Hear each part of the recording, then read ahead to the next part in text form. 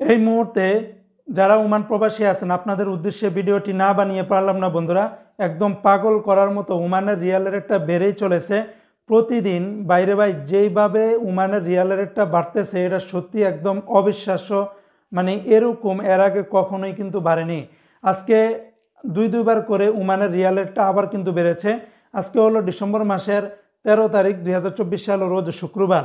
আমি কিন্তু সকালে জানিয়েছিলাম যে ওমানের 1 রিয়ালের পরিবর্তে আপনারা 321 টাকা 25 পয়সার মতো করে আপনারা পেয়ে যাবেন।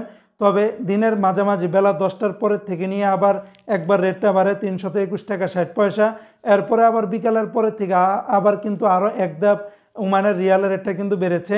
এখন বর্তমানে সর্বশেষ 321 টাকা 75 পয়সার মতো করে পেয়ে যাবেন ওমানের সকল এক্সচেঞ্জগুলোতে, যা ওমানের ইতিহাসে এই প্রথম এত বেশি পরিমাণে রেটটা বেড়েছে বন্ধুরা।